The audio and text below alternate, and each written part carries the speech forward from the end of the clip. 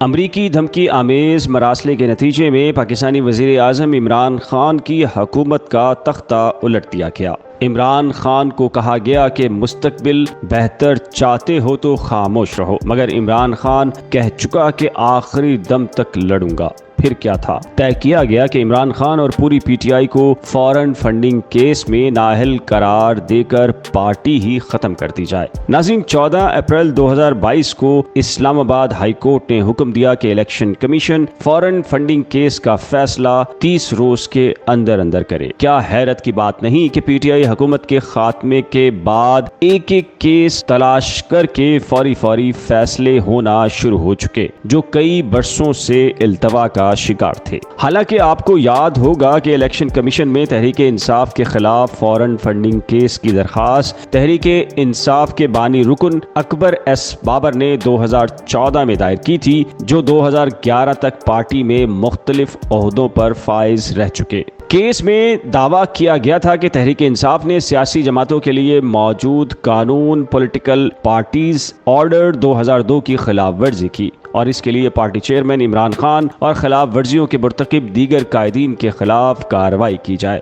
درخواست گزار اکبر ایس بابر کی الیکشن کمیشن کو حال ہی میں جمع کروائی گئی رپورٹ میں کہا گیا کہ پی ٹی آئی نے سن 2009 سے 2013 کے درمیان 12 ممالک سے 73 لاکھ امریکی ڈالر سے زیادہ رقم اکٹھی کی۔ ان کا دعویٰ ہے کہ یہ فنڈنگ ممنوعہ ذرائع سے حاصل کی گئی۔ یہاں یہ بات بتانا ضروری ہے کہ پولیٹیکل پارٹیز آرڈیننس 2002 کے تحت پاکستان میں سیاسی جماعتوں کے لیے غیر ملکیوں سے فنڈز حاصل کرنا منع ہے۔ الیکشن کمیشن ایکٹ سن 2017 کے سیکشن 204 کی سب سیکشن 3 کے تحت کسی بھی سیاسی جماعت کو بالواسطہ یا بلاواسطہ حاصل ہونے والے فنڈز جو کسی غیر ملکی حکومت، ملٹی نیشنل یا پرائیویٹ کمپنی یا فرد سے حاصل کیے ہوں گے وہ ممنوعہ فنڈز کے زمرے میں تصور کیے جائیں گے۔ سیکشن 204 کی سب سیکشن 4 کے تحت اگر یہ ثابت ہو جائے کہ کسی سیاسی جماعت نے ممنوعہ ذرائع سے فنڈز اکٹھے کیے تو جتنی بھی رقم پارٹی کے اکاؤنٹ میں آئی اس کو بھاگ کے سرکار ضبط کرنے کا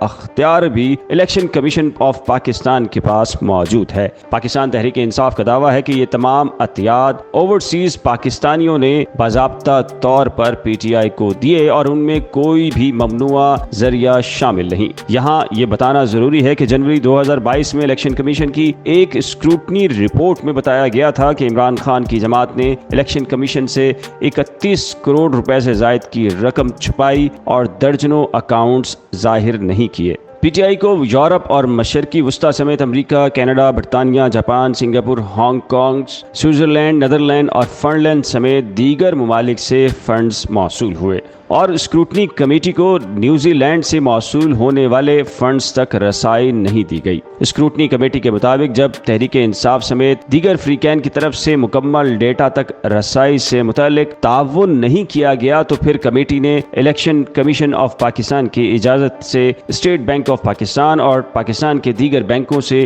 2009 سے 2013 کے ریکارڈ تک رسائی حاصل کی اور یوں یہ رپورٹ مرتب کر کے الیکشن کمیشن آف پاکستان میں جمع کرائی گئی۔ بادیوں نظر میں foreign funding case P T I per fix ہوتا دکھائی دیتا ہے، مگر اس کیس کا فیصلہ جن حالات میں کیا جا رہا ہے اس سے بدنیتی کے پہلو کو نظر انداز نہیں کیا جا سکتا۔ پھر ایک بڑا سوال یہ کہ فارن فنڈنگ میں بے ضابطگی کے الزامات تو دیگر سیاسی جماعتوں پر بھی عائد ہیں، تو فوری کارروائی صرف پی ٹی آئی کے خلاف ہی کیوں؟ اس ولاگ سے متعلق اپنی قیمتی رائے نیچے دیے گئے کمنٹ سیکشن میں ضرور تحریر کریں۔ نئی کھوج کی ہر نئی ویڈیو دیکھنے کے لیے نئی کھوج کو سبسکرائب، ویڈیو کو شیئر، لائک اور بیل آئیکن کو لازم پریس کریں۔